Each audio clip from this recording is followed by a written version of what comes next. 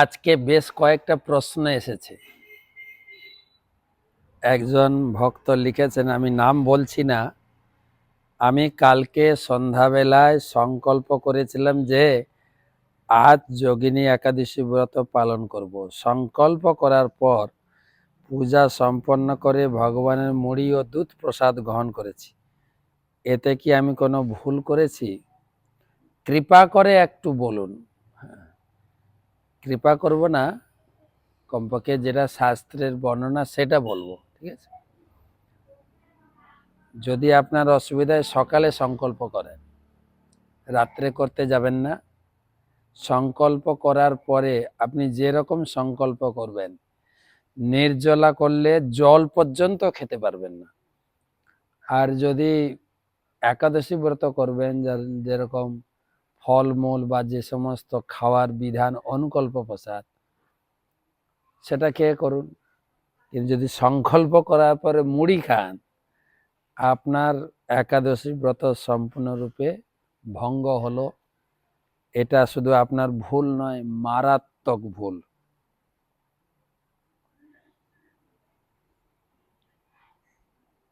পরবর্তী প্রশ্ন,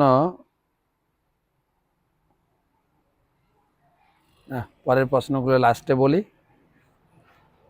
ওম অজ্ঞানতিমিরন্ধস্য জ্ঞানাঞ্জনশলাকয়া চক্ষুরুন্মিলিतं येन তস্मै শ্রীগুরবে নমঃ। নমো ওং বিষ্ণুপাদায় কৃষ্ণপৃষ্ঠায় ভূতলে শ্রীমতে ভক্তিবেদান্ত স্বামিনিতি নামিনে। নমস্তে সারস্বতে দেবে গৌরবাণী প্রচারিণে নির্বিশেষ শূন্যবাদী পাশ্চাত্য দেশতারিণে। কৃষ্ণায় বাসুদেবায় দেবকী নন্দনায় চ নন্দগোপকুমারায় গোবিন্দায় নমো নমঃ। জয় শ্রী কৃষ্ণ চৈতন্য প্রভু নিত্যানন্দ শ্রী অদ্বৈত গদাধর শ্রীবাসাদি শ্রী গৌর ভক্তবৃন্দ। হরে কৃষ্ণ কৃষ্ণ কৃষ্ণ হরে হরে, হরে রাম রাম রাম হরে হরে। ওং নমো ভগবতে বাসুদেবায়। ওম নমো ভগবতে বাসুদেবায়। ওং নমো ভগবতে বাসুদেবায়। নারায়ণং নমস্কৃত্য নরং চৈব নরোত্তমং দেবীং সরস্বতীং ব্যাসং ততো জয়ং উদীরয়েৎ। তমাদিদেবং করুণানিধানং তমালবর্ণং সুহিতাবতারং অপার সংসার সমুদ্র সেতুং ভজামহে ভাগবত স্বরূপম। গ্রন্থরাজ শ্রীমদ্ ভাগবত মহাপুরাণ ষষ্ঠ স্কন্ধে চতুর্দশ অধ্যায়ের আজকে একবিংশতি শ্লোক থেকে আলোচনা প্রসঙ্গ মহারাজ চিত্রকেতুর শোক। রাজদরবারে এসে উপস্থিত হয়েছেন অঙ্গিরা ঋষির সঙ্গে চিত্রকেতু মহারাজের বার্তালাপ এবং চিত্রকেতু মহারাজের দুঃখের কারণ উদ্ঘাটন। সেই প্রসঙ্গে 1322তম ভাগবত রসমাধুরী সেমিনার। সবাইকে সুস্বাগতম জানাই, কৃতজ্ঞতা জানাই। আজকে যোগিনী একাদশী মহাব্রত পালন করেছেন যোগিনী একাদশীর মাহাত্ম্য শুনেছেন, পড়েছেন এবং সেই মতো ভালো করে একাদশী ব্রত পালন করেছেন। তবে একাদশী সম্পূর্ণ হবে কালকে পারণ পর্যন্ত। কালকে পারণের টাইম বুঝে ঠিক টাইমে পালন করবেন নিজ নিজ এলাকা অনুযায়ী। আমি বলেছি যদি আপনি ভারতীয় হয়ে থাকেন বা ভারতে থাকেন তাহলে ভারতের টাইম টেবিলটা আমি পাঠাতে পারি। বাকি যারা ওভারসিজ মানে বাইরে আছে, নিজ নিজ এলাকায় ইসকনের সঙ্গে যুক্ত হয়ে পালনের টাইমটা জেনে নিয়ে পালন করবেন, তাহলে একাদশী সম্পূর্ণ হবে। তো ক্লাস শুরু করার আগে প্রথমে গুরুদেবের চরণে প্রণাম জানাই এবং তার অহেতুকী কৃপা আশীর্বাদ প্রার্থনা করি। অনেকের কাছে এই মেসেজটাও দিয়ে রাখি যে গুরু মহারাজ আমেরিকা থেকে চলে এসেছেন, এখন তিনি ব্যাঙ্গালোরে আছেন। আমেরিকায় চিকিৎসা পদ্ধতি অতটা ভালো নয়, তো গুরু মহারাজ ব্যাঙ্গালোর এবং চেন্নাইতে অনেক দিন ধরে চিকিৎসা করে আসছেন। ডাক্তারদের অনুভূতিও আছে গুরু মহারাজের শরীর সম্পর্কে, তাই তিনি এখন বেঙ্গালুরু বা ব্যাঙ্গালোর হসপিটালে আছেন, যে পরবর্তী চিকিৎসার ধাপগুলি এবং গুরু মহারাজকে আরও সুস্বাস্থ্যের দিকে এগিয়ে নিয়ে যাওয়ার জন্য। তবে গুরু মহারাজ ব্যক্তিগতভাবেই বলে থাকেন যে ডাক্তারি চিকিৎসা, ঔষধ খাওয়া এটা একটা ফর্মালিটি আমাকে মেনটেন করতে হয়, করছি। বাস্তবিক পক্ষে আমার শিষ্য শুভাকাঙ্ক্ষী তারা ভগবানের কাছে প্রার্থনা করবে, হরিনাম করে বিভিন্ন উপায় অবলম্বন করে ভগবানের কাছে আমার সুস্বাস্থ্যের জন্য প্রার্থনা করবে, আর সেটাই হচ্ছে আমার মেন মেডিসিন। তো যারা বিশেষ করে ছিল জয়প্রকাশ স্বামী গুরু মহারাজের শিষ্যা আমার গুরু ভাই বোন আছেন বা গুরু মহারাজের শুভাকাঙ্ক্ষী যারা যারা আছে, কন্টিনিউ সব সময় তার সুস্বাস্থ্য কামনায় আমরা প্রার্থনা করে চলব। অতিরিক্ত জপ, আপনার 16 মালা জপের পরে কিছু 2-3 মালা 4 মালা জপ, ভগবানের কাছে বিশেষ প্রার্থনা কন্টিনিউ করবে, কেন এটা আমাদের কর্তব্য। গুরু মহারাজ এই লকডাউনের সময় যেভাবে সারা পৃথিবী একদম ভীতগ্রস্ত হয়ে গেছিল, কি হবে এই বুঝিয়ে করোনা ধরলো আর মরে যাব, প্রতিদিন সেই সময় প্রতিদিন 3 বার ভগবানের কাছে প্রার্থনা করেছেন আমাদের সুরক্ষার জন্য। সকলে মঙ্গল আরতির পরে, তারপরে 8টার সময় গুরু পূজার পরে, ঠিক ভাগবত ক্লাস শুরু হবে তার আগে, এবং রাত্রে তিনি প্রতিদিন সন্ধ্যায় চৈতন্য ক্লাস দিতেন আর প্রার্থনা করতেন, হে ভগবান, আপনার চরণে অপরাধ এবং আপনাকে ভুলে গিয়ে আমরা এখন এই জড় জগতে দুঃখময় পরিস্থিতি, বিশেষ করে করোনার আক্রান্ত, করোনার ভয়ে ভীত, আপনি আমাদেরকে রক্ষা করুন এবং সমস্ত ইসকন ভক্ত, বিশেষ করে যারা ফ্রন্ট লাইনে আছেন, আমাদের ভক্তরা যারা পুলিশ, যারা নার্স, যারা ডক্টর, আর যারা করোনা রোগীদের কাছে কাছে গিয়ে সেবা দিচ্ছে, প্রসাদ বিতরণ করছে, তাদেরকে বিশেষভাবে সুরক্ষা দেবেন। তো সেই প্রতিদান অনুযায়ী এখন আমরা গুরু মহারাজের জন্য প্রার্থনা করি। গুরু মহারাজের এই জগতে থাকাটা অনেক জরুরি। তিনি যতদিন থাকবেন জগতের মঙ্গল, জগৎবাসীকে তিনি হরিনাম প্রচারে, হরিনাম দীক্ষায় উদ্বুদ্ধ করবেন, গুরু পরম্পরার সঙ্গে যুক্ত করবেন, উদ্ধারের মার্গ প্রদর্শন করবেন। সেই জন্য বিশেষ করে যারা আমার গুরু ভাই বোন তারা তো অবশ্যই প্রার্থনা করবেন, কেন শাস্ত্রে এটাও অনুমোদিত। বৈষ্ণবের আবেদনে কৃষ্ণ দয়াময়, এ হেন পামরপতি হবে না সদয়। তা আমাদের প্রার্থনায় গুরু মহারাজ বহুদিন থাকবেন। সেই গুরু মহারাজের চরণে প্রার্থনা জানিয়ে, প্রণাম জানিয়ে তার অহেতুকী কৃপা আশীর্বাদ প্রার্থনা করি। নম ওং বিষ্ণুপাদায় কৃষ্ণ প্রেষ্টায় ভূতলে শ্রীমতে জয় পতাকা স্বামী নীতি নামিনে নম আচার্য পাদায় নিতাই কৃপা প্রদায়িনে গৌরকথা ধামদায় নগর গ্রাম তারিণে।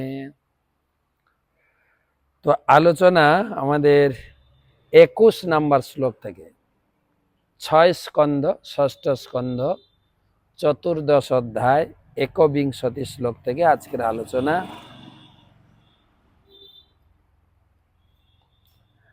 আত্মন প্রিয়তে নাত্মা পরত শত এব বা লক্ষ্য হে লব্ধ কামম তম চিন্তয়া সবলম মুখম।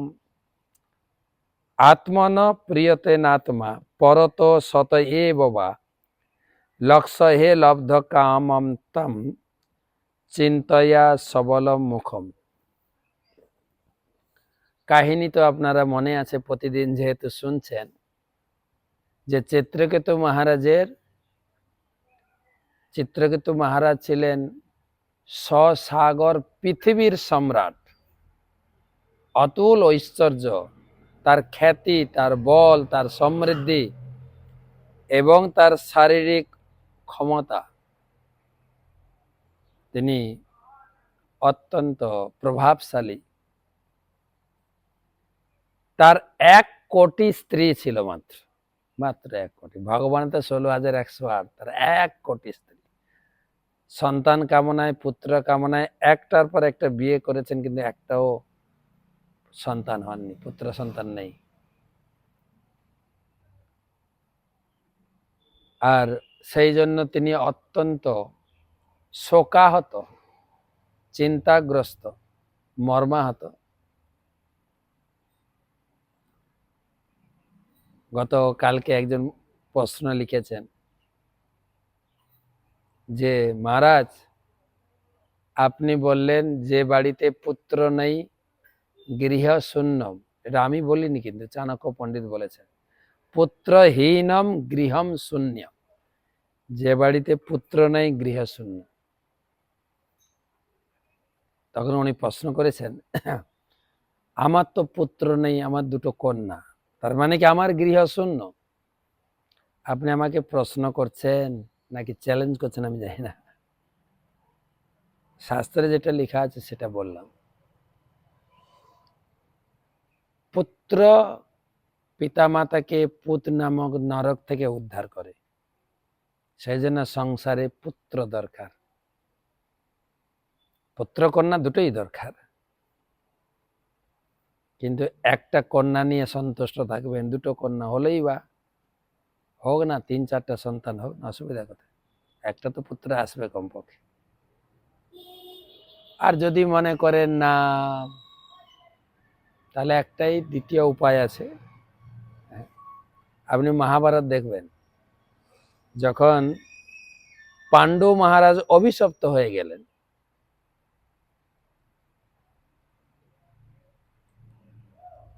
যে তখন তিনি বলেন আমি তাহলে সংসার ছেড়ে বৈরাগী হয়ে যাব। তখন বলেন না, সংসারে যতক্ষণ না পুত্র সন্তান না আসছে তার মুক্তি হবে না। পুত্র যখন পিতামাতার উদ্দেশ্যে তর্পণ আদি ক্রিয়াদি কার্য, পিণ্ডদান, গয়াতে গিয়ে, তখন উদ্ধার। তবে সে তো অভিশপ্ত হয়ে গেছিল, তার তো সন্তান আসবে না। ভগবান যোজনা করে তার সন্তান দিলেন, 5টা সন্তান দিয়েছে। তাদেরকে বলে পঞ্চ পাণ্ডব। এই বর্ণনাও পাবেন আপনার। এবং 2 স্ত্রীর ভাগ করে একজনের 3টা সন্তান, একজনের 2টা সন্তান, পুত্র দিলেন। এখন যদি বলেন আপনার কথা শুনে আমি খুব দুঃখ পাইলাম, সে তো আমার কিছু করার নেই, আমার কিছু করারই নেই। তবে একটা উপায় মানে সেকেন্ড অপশন, উপায় বলতে সেকেন্ড অপশন। প্রথম তো যারা সমর্থবান গৃহস্থ অবশ্যই পুত্র কন্যা যেন সংসারে আসে, এর জন্য ভগবানের কাছে প্রার্থনা করবেন। সে সম্বন্ধে আমিও বলবো ক্লাসের মাঝখানে, ভগবানের কাছে প্রার্থনা করে কিভাবে সন্তান পেয়েছে। আর দ্বিতীয় অপশন যেটা বলতে চাইছিলাম, যে না আমাদের এখন সেই সন্তান নেওয়ার বয়স পেরিয়ে গেছে, এখন উপায় ভালো করে ভক্ত হয়ে যান। কেন ভগবান বলেছেন কেউ যদি আমার চরণে সম্পূর্ণরূপে আত্মসমর্পণ করে তাকে আমি উদ্ধার করব। সর্বধর্মান পরিত্যাজ্য মামেকম শরণং ভজ অহং তাম সর্ব পাপেভ্য মোক্ষয়িষ্যামি মা শুচ। আমি তোমাকে উদ্ধার করবো যদি তুমি সম্পূর্ণরূপে আমার চরণে আত্মসমর্পণ করে ভক্ত হয়ে যাও।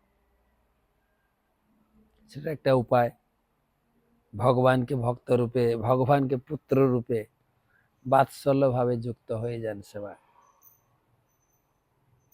তো চিত্রকেতু মহারাজের 1 কোটি পত্নী ছিল, একটাও সন্তান ছিল না। কিন্তু সৌভাগ্যের বিষয় অঙ্গিরা ঋষি তিনি এই ভূমিতে বিচরণ করতে করতে করতে করতে তার রাজ দরবারে উপস্থিত হন। আর রাজাকে খুব সুন্দরভাবে আতিথেয়তা এবং যা যা বিধিবিধান আছে একজন গৃহস্থ, একজন ক্ষত্রিয় হিসাবে, একজন ঋষি ভগবানের মহান ভক্তকে যতটা সম্মান দেওয়ার কথা তিনি তার কর্তব্য পালন করেছেন এবং অত্যন্ত বিনয়ভাবে অঙ্গিরা ঋষির পাশে মাটিতে বসে হাত জোড় করে তার বিনয় প্রদর্শন করেছেন। হে ঋষিবর, আপনার এই আগমন আমার রাজ্যে, আমার গৃহে, আমার রাজপ্রাসাদে অত্যন্ত তাৎপর্যপূর্ণ। আমি ধন্য এবং আপনাদের একমাত্র পরিকল্পনা হচ্ছে এই গৃহস্থদের বাড়িতে ভ্রমণ করে গৃহকে ধন্যাতি ধন্য করা। আজকে আমরা, আমার পরিবার, আমি এবং আমার সমস্ত প্রজা আপনার চরণ ধুলিতে অভিষিক্ত হয়ে আমরা সবাই ধন্যাতি ধন্য হয়েছি। তখন অঙ্গিরা ঋষি তিনি জিজ্ঞাসা করছেন, যদিও তিনি জানতেন রাজার কি পরিস্থিতি চলছে, কেন আজকের শ্লোকে পড়ব, তথাপি তিনি জিজ্ঞাসা করছেন তোমার সব দিক থেকে কুশল কিনা, শারীরিক, মানসিক, পারিবারিক এবং বিশেষ করে তোমার মন্ত্রী পরিষদ, তোমার প্রজা, তোমার বিজনেসম্যান, তোমার রাজ্যের সমস্ত অধিবাসী তোমার সঙ্গে আছে কিনা, তোমাকে সাহায্য করছে কিনা, তোমার অনুকূলবর্তী কিনা, এবং তুমিও সেই সমস্ত বিশিষ্ট ব্যক্তি, বিশেষ করে গুরু, বৈষ্ণব, ব্রাহ্মণ, তাদের নির্দেশক্রমে রাজ্য পরিচালনা করছো কিনা। তারা যদি কোনো রাজার যদি এই সমস্ত পরিষদ মণ্ডলী যদি অনুকূল হয়, রাজা খুব সুখে থাকেন। আজকের শ্লোক শুনুন। আত্মন প্রিয়তে নাত্মা পরত শতয়ে বাবা লক্ষ্য এ লব্ধ কামম তাম চিন্তয়া সবলম মুখম।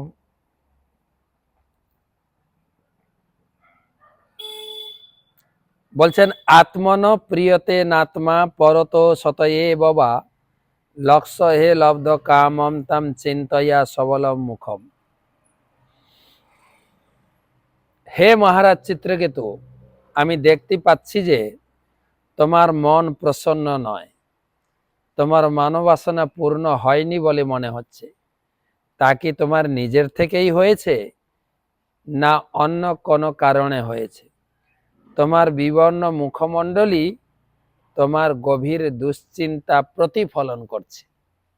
আমাদের ইংরেজিতে একটা কথা আছে, face is the index of mind. ভিতরে কি চলছে মুখ দেখলেই বোঝা যায়। মুখ সারা শরীরের প্রতিক্রিয়া ছড়িয়ে দেয়। তো তোমার মুখ দেখে মনে হচ্ছে না তুমি সুখে আছো। কি ব্যাপার? দুঃখের কারণ কি? সুখে নেই কেন? এবং বিকল্পিত রাজন বিদুষা মনি না পিস প্রশ্রয়া বনত ভায় প্রজা কাম তত মুনিম। এবং বিকল্পিত রাজন বিদুষা মুনি না পিস প্রশ্রয়া বনত ভ্যায় প্রজা কামাস্তত মুনিম। সুখদেব গোস্বামী বললেন, হে মহারাজ পরীক্ষিত, মহর্ষি অঙ্গিরা তার জীবনের সব কিছুই জানতেন। চিত্রকেতু মহারাজের জীবনে কি হচ্ছে সব জানতেন। আপনারা দেখবেন এখন ডাক্তাররা, মেডিকেল সায়েন্স এত ডেভেলপ হয়েছে, উন্নত হয়েছে। একটা মেশিন আছে এমআরআই, ত্রিপুরাতে আছে কিনা, আছে না? মেশিনে ঢুকিয়ে দিলেই পুরো শরীরটা স্ক্যান হয়ে যাবে, কোথায় কি হচ্ছে। তো তার মানে এই নয় যে স্ক্যান হয়ে গেলে আপনি ভালো হয়ে যাবেন, না। স্ক্যান তো হলো, এবারে ডাক্তারকে টাকা ঢালতে থাকুন, ভালো হওয়ার গ্যারান্টি নেই। কিন্তু এই স্ক্যানিং পন্থা, এই স্ক্যানিং মুনি ঋষিরা জানতেন আগে। কাউকে দেখে স্ক্যান করে দিতে, তোমার ভিতরে কি চলছে, তুমি পূর্বজন্মে কি ছিলে, কি কারণে তুমি এই জীবনে দুঃখী, সব বলে দিতেন এবং তার সমাধানও বলে দিতেন। সেই জন্য বলা হয় ব্রহ্মাণ্ড ভূমিতে কোনো সাধু বৈদ্য পায়। সাধু হচ্ছে ডাক্তার। আমি আমার কথা বলছি না, যারা উন্নত সাধু, ভগবানের সঙ্গে যারা নিজেকে লিঙ্ক করেছে নিরন্তর, সেই সমস্ত সাধুর লক্ষণ গীতাতে, ভাগবতমে বর্ণিত হয়েছে। গীতাই বলছেন, সততম কীর্তয়ন্ত মাম যতন্তশ্চ দৃঢ়ব্রতা নমসন্তশ্চ মাং ভক্তা তুষ্যন্তি চ রমন্তি চ। তিনি সাধু সততম, যিনি সব সময় ভগবানের নাম কীর্তনে যুক্ত, আর যতন্তশ্চ দৃঢ়ব্রতা, যিনি যত্নের সহিত ভগবানের সেবা পূজায় দৃঢ়ভাবে যুক্ত রয়েছে, তিনি সাধু। সেই রকম সাধু যদি কোনোদিন আপনার ভাগ্যে, আমার ভাগ্যে জোটে, সাধু আছে, ওই রকম সাধু আছে, শুধু ভাগ্যে পাওয়ার ব্যাপার। সেই রকম সাধুর যদি কোনোদিন সান্নিধ্যে আসা যায়, জীবন ধন্য হয়ে যাবে। স্ক্যান করেই বলে দেবেন তোমার ভিতরে কি চলছে, আগে কি ছিল, ভবিষ্যতে তোমার গতি কি। তো এই অঙ্গিরা মুনি জানতেন যে এর ভিতরে কি চলছে। তবুও তিনি রাজাকে এইভাবে প্রশ্ন করেছিলেন। তখন পুণ্যার্থী রাজা চিত্রকেতু মহর্ষি অঙ্গিরাকে এই কথাগুলি বললেন। অঙ্গিরাজি জানেন, কিন্তু তথাপি তার মুখ থেকে শুনতে চাইছিলেন। অর্থাৎ শুধু সাধুর সান্নিধ্যে এলে হবে না,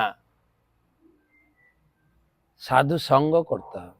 সাধু সঙ্গটা কেমন না, তার কাছে আমার মনের কথা বলতে হবে, তার কাছ থেকে গাইডলাইন নিতে হবে, আমার জীবনের অগ্রগতিতে কি পাথেয় তিনি দেবেন যারা সেটা গ্রহণ করতে। সেটা রূপ গোস্বামী সাধু সঙ্গের 6টা লক্ষণ দিয়েছে। দদাতি প্রতি গৃহণাতি, সাধুকে দান করবেন আর সাধুর কাছ থেকে কিছু প্রসাদ রূপে স্বীকার করবেন, মনের কথা বলবেন, তার সমাধান নেবেন, আর ভুঁজতে ভজয়েতে খাওয়াবেন, তার কাছ থেকে মহাপ্রসাদ নেবেন। বর্তমান বিশেষ করে আমাদের বাংলায়, অন্যান্য দেশের কথা বলতে পারবো না, আমরা বঙ্গবাসী সাধুকে দেওয়ার নাম নেই, সাধুর কাছ থেকে নেওয়ার চেষ্টা করে।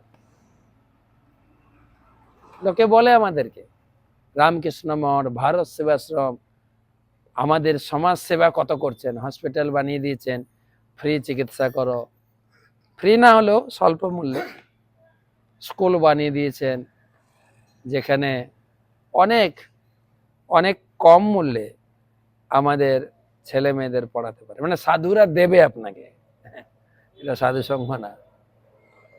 সাধুরা বৈরাগী, ঘর বাড়ি সব ত্যাগ করে, তারা আপনাকে দেবে কি, তারা আপনাকে গাইডলাইন দিতে পারে, মার্গদর্শন করাতে পারে, টাকা পয়সা কোত্থেকে দেবে। তাই যদি ভাগ্যে এইরকম কোনো সাধুর সান্নিধ্য পাওয়া যায়, তবে আপনি একবার টেস্ট করতে পারেন, বলুন তো আমার ভিতরে কি চলছে।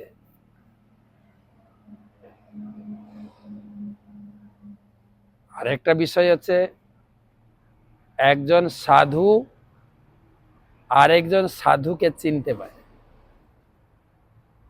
আপনি যেহেতু ঘোর বিষয়ী, তাই যে সাধু আপনাকে বিষয়ে সাহায্য করবে তাকে বলবেন বড় সাধু। যদি যেরকম স্কুলে বা বিভিন্ন পরীক্ষার কি বলে চাকরির এক্সাম হয় না, এক্সাম বা ভাইভা তারা নাই যারা এক্সপার্ট। তা আপনিও যদি সাধুকে চিনতে চান, আপনাকে শাস্ত্র পড়ে সাধুর লক্ষণের চশমা পড়তে হবে, তবে সাধু চিনতে পারবে। আর না হলে যে হসপিটাল করে দিচ্ছে, ফ্রি খাওয়াচ্ছে, ফ্রি আমাকে ভোগ করতে সাহায্য করছে, কারণ ওই রকম চশমা তো আমার পরা আছে, সাধু চিনবেন কি করে। অঙ্গিরা মুনি শুনতে চাইলেন, ওর ভিতর থেকে আমি একটু শুনতে চাই, আমি তো দেখে নিয়েছি ওর ভিতরে কি চলছে। আমাদের প্রভুপাদ বলতেন, ভগবানের কাছে গিয়ে, সাধুর কাছে গিয়ে মুখ খুলে বলবে তোমার দুঃখের কথা, সুখের কথা, আনন্দের কথা, তবে ভগবানের সামনে গিয়ে লোকে দাঁড়িয়ে যায়, সব জায়গায় কথা বলে, ভগবানের সামনে গিয়ে চোখ বন্ধ মুখ বন্ধ, ভগবান কি শুনবেন আপনার কথা? করে না লোক, করে না? ভগবানের সামনে গিয়ে প্রভুপাদ উদাহরণ দিয়েছেন যে মা তার শিশু সন্তানকে ভালোবাসেন, সন্তানের স্নেহে বশত বুকে দুধ ভরা রয়েছে, কিন্তু যতক্ষণ বাচ্চা না কান্না করবে কোলে নিয়ে দুধ খাওয়াবে। সাধারণ উদাহরণ। আমি কিছু কিছু জায়গায় আমার খুব ঘনিষ্ঠদের জিজ্ঞাসা করতাম, আচ্ছা প্রভুপাদ এটা লিখেছেন ঠিক, আপনি তো এখন মা, বলেন তো। ঠিক আছে, অনেক সময় ভুলে যাই, বাচ্চা চ্যাঁ করলে তখন কোলে নি। প্রশ্নটা হচ্ছে মনের কথা, হৃদয়ের কথা আপনি না বললেও ভগবান জানেন, কারণ ভগবান তো হৃদয়ে বসে আছে, মেন জায়গায় ঘাটি গেড়ে আছে, ওইখান থেকে সব কথা পাস হচ্ছে আর ঢুকছে, তথাপি মুখ খুলে বলতে হবে। তাই রাজা বলুক তার দুঃখের কথা। রাজা বলছেন, চিত্রকেতুরৌবাচ ভগবান কিম ন বিদিতম তপ জ্ঞান সমাধিভি যোগিনাম ধস্ত পাপানাম বহিরন্ত শরীরিষু। ভগবান কিম ন বিদিতম তপজ্ঞান সমাধি যোগিনাম ধস্ত পাপানাম বহিরন্ত শরীরিষু। ভালো করে শুনেন মন দিয়ে কি বলছে। চিত্রকেতু মহারাজ বললেন, হে মহাত্মা, তপস্যা, জ্ঞান ও সমাধির বলে আপনি সমস্ত পাপ মুক্ত হয়েছেন। তাই আপনার মতো একজন সিদ্ধ যোগী আমার মতো একজন বদ্ধ জীবের অন্তরের বাহিরের সব কথা জানেন। চিত্রকেতু মহারাজ ততটাই উন্নত ছিলেন। আর আমরা কি করি, আমরা সাধুর কাছে আসি, যত কপটতা সাধুর কাছে বলি, কিন্তু যদি এই কথাটা মনে রাখেন, সাধু আপনার সব জানেন, তখন আপনি কপটতা করতে পারবেন না, কপটতা হবেই না। বেশিরভাগ এই ধর্মতে কপটতার বা এই গেরুয়া কাপড়ে সাধুর বেশে কপটতা বেশি দেখা যায়। চিত্রকেতু মহারাজ একজন গৃহস্থ রাজা, কি বলবো, আপনি যেরকম আমাকে বুঝতে পেরেছেন, আমিও আপনাকে চিনতে পেরেছি।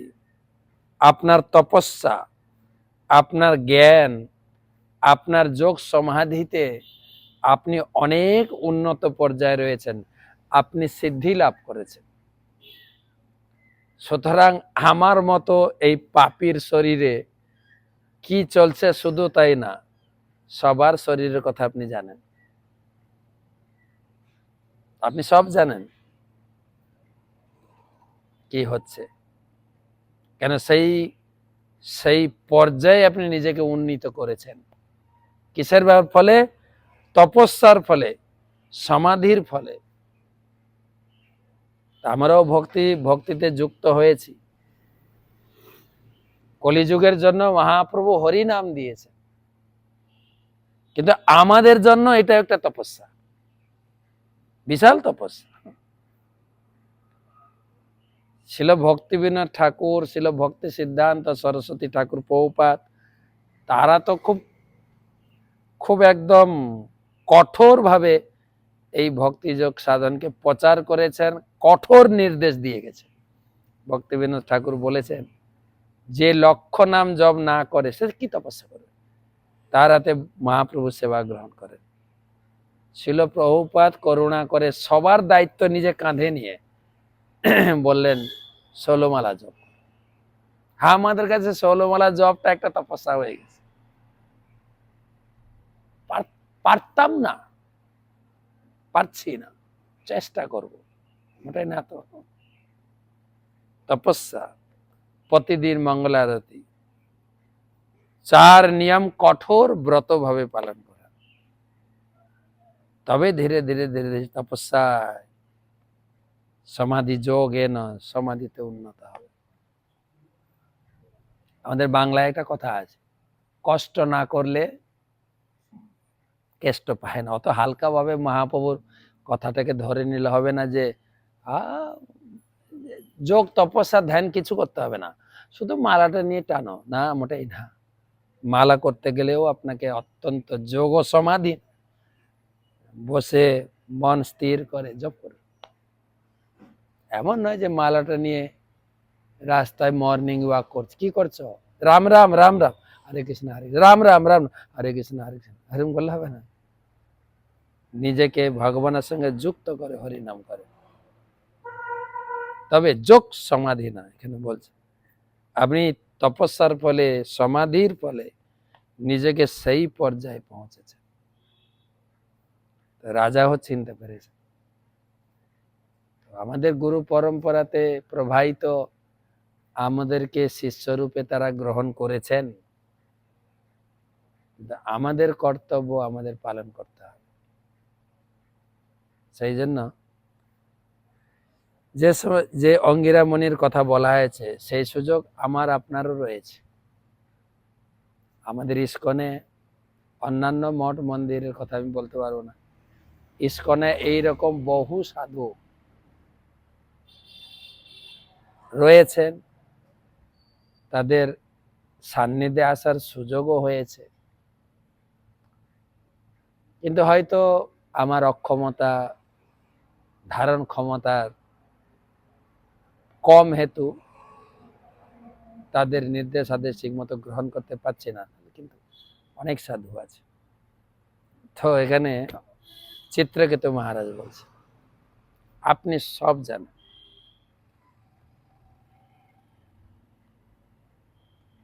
তথাপি পৃচ্ছত ব্রূয়াম ব্রহ্মণাত্মনি চিন্তিতম ভবত বিদুষচ্চাপি চদিত তৎ অনুজ্ঞয়া। তথাপি পৃচ্ছত ব্রূয়াম ব্রহ্মণাত্মনি চিন্তিতম ভবত বিদুষচ্চাপি চদিত তৎ অনুজ্ঞয়া।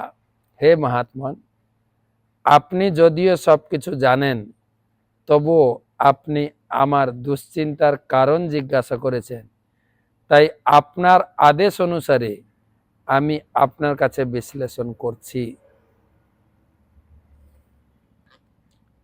লোকপালৈরপি প্রার্থ্যা সাম্রাজ্যৈ ঐশ্বর্য সম্পদ ন নন্দয়ন্ত প্রজম মাম ক্ষুত্রিট কামমিবাবরে।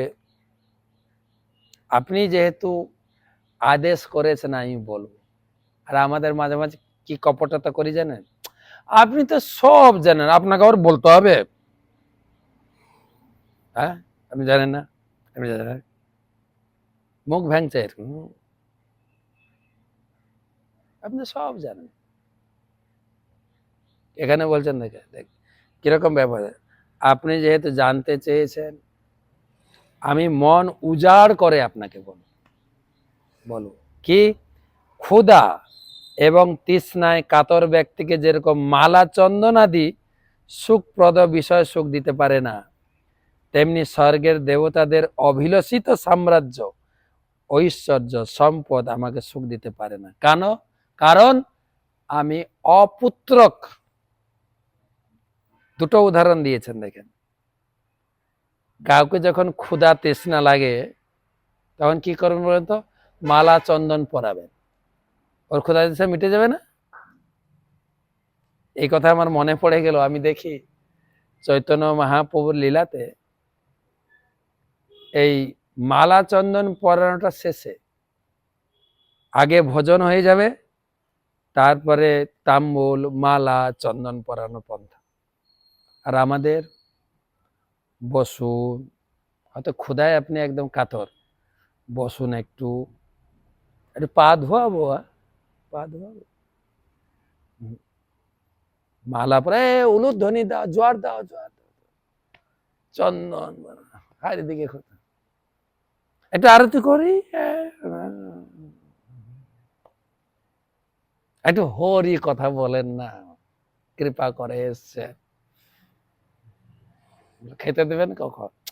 হা ৭৫ আমরা কখন থেকে বসে আছি, আপনার মুখে দুটো কথা শুনবো, খাইয়ে দিয়ে কথা শুনুন।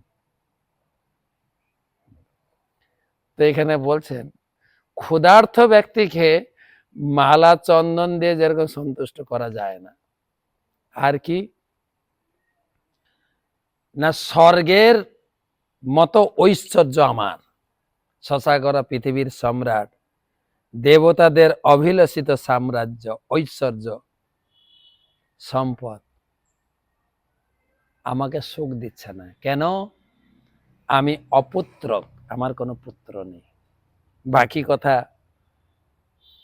কালকে যদিও রবিবার, যেহেতু আমি এখন ট্রাভেলিং করছি, টক শো সম্ভব হচ্ছে না, তো সেই জন্য কালকে আবার এই ভাগবতম পড়ব। ঝটাপট কয়েকটা প্রশ্নের উত্তর দিয়ে দিই। যদিও ভগবানের কাছে প্রার্থনা করে কে কি সন্তান পেয়েছেন কালকে বলবো, আজকে সময় হলো না। আমি তীর্থপাদ শচীসুত দাস, উড়িষ্যা বালিয়াপাল ইস্কন মন্দির থেকে বলছি। মহারাজ গতকাল মানে বৃহস্পতিবার দিন ক্লাসের থেকে লিখেছেন, আপনি ক্লাসে বলেছেন অদ্বৈত পত্নী সীতা দেবী নিমাইয়ের 2 ভাইকে আশীর্বাদ করলেন। নিমাই তো একা, আরেকটা ভাই করতে গেল, নিমাইয়ের বড় ভাই ছিল না? নিমাইয়ের নাম হচ্ছে বিশ্বম্ভর, নিমাইয়ের বড় ভাই ছিলেন বিশ্বরূপ, সেই জন্য 2 ভাইয়ের কথা বলা হয়েছে। চৈতন্য চরিতামৃতে বা মহাপ্রভুর জীবনীতে আপনি পাবেন, যদি চৈতন্য চরিতামৃত থাকে পড়বেন, তাহলে মোটামুটি মহাপ্রভু 2 ভাই ছিলেন। তো প্রশ্ন করেছেন অনন্ত রূপ,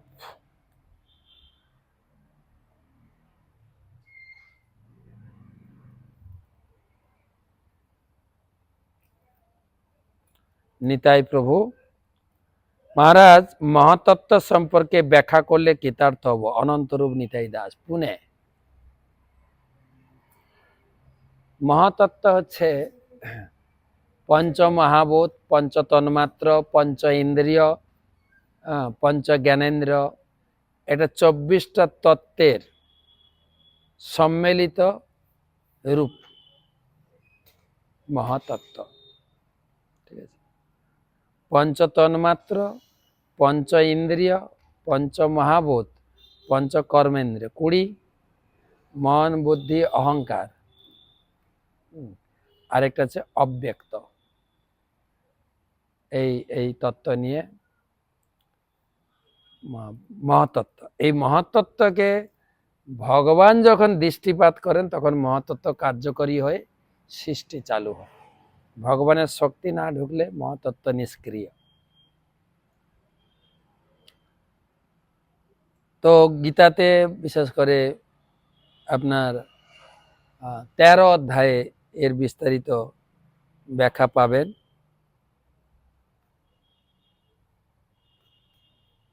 পরবর্তী প্রশ্ন করেছেন,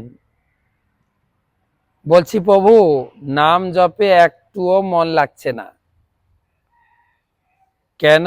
এই অধমে কৃপা করে একটু মার্গ দর্শন করুন।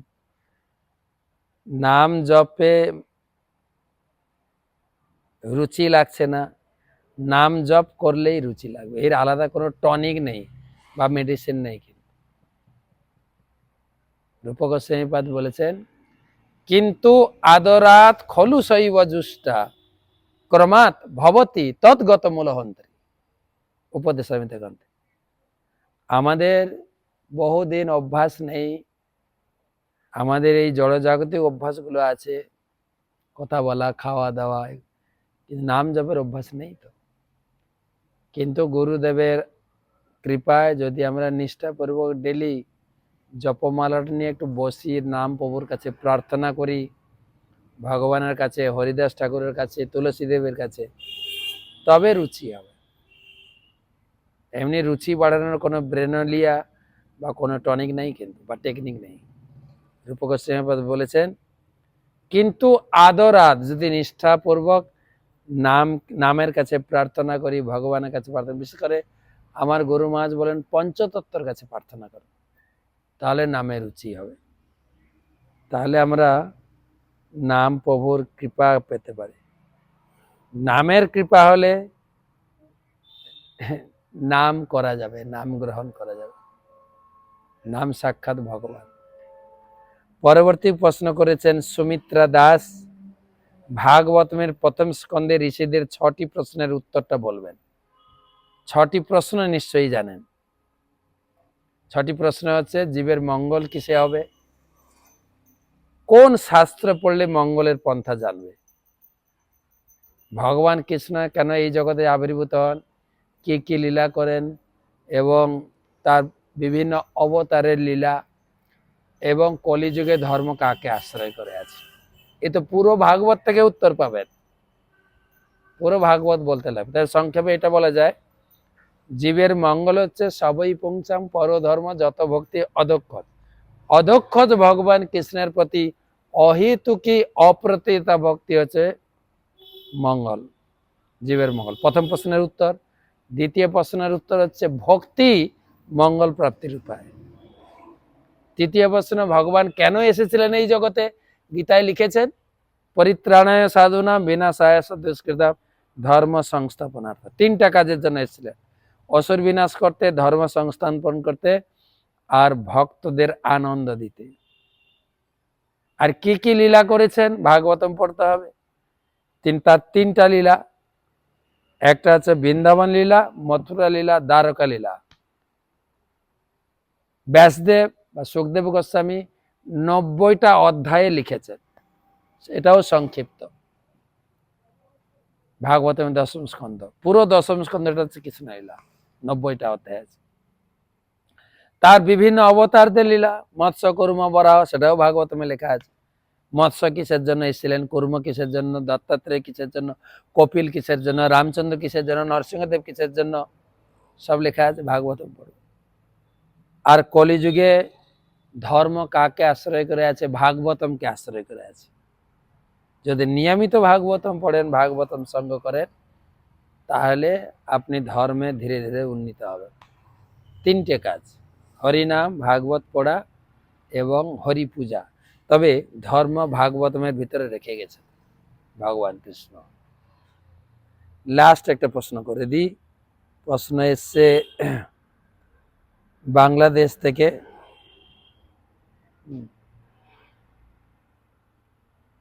প্রশ্ন করেছেন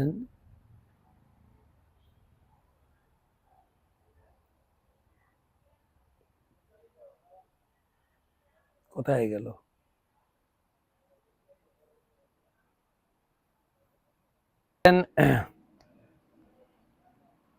আমার একটু বিষয় জানার ছিল, আমরা কিভাবে ভালোভাবে জব করতে পারি, আপনি যদি সেই বিষয়ে দিক নিতেন। আমি দিলাম এখনই, যে জপমালাটা নিয়ে বিশেষ করে সকালে জপ করার চেষ্টা করবেন। সকালে সবকিছু শুভ এবং মন শান্ত, পরিবেশ শান্ত থাকে। যত সন্ধ্যার দিকে যাবে চঞ্চল হয়ে যায়।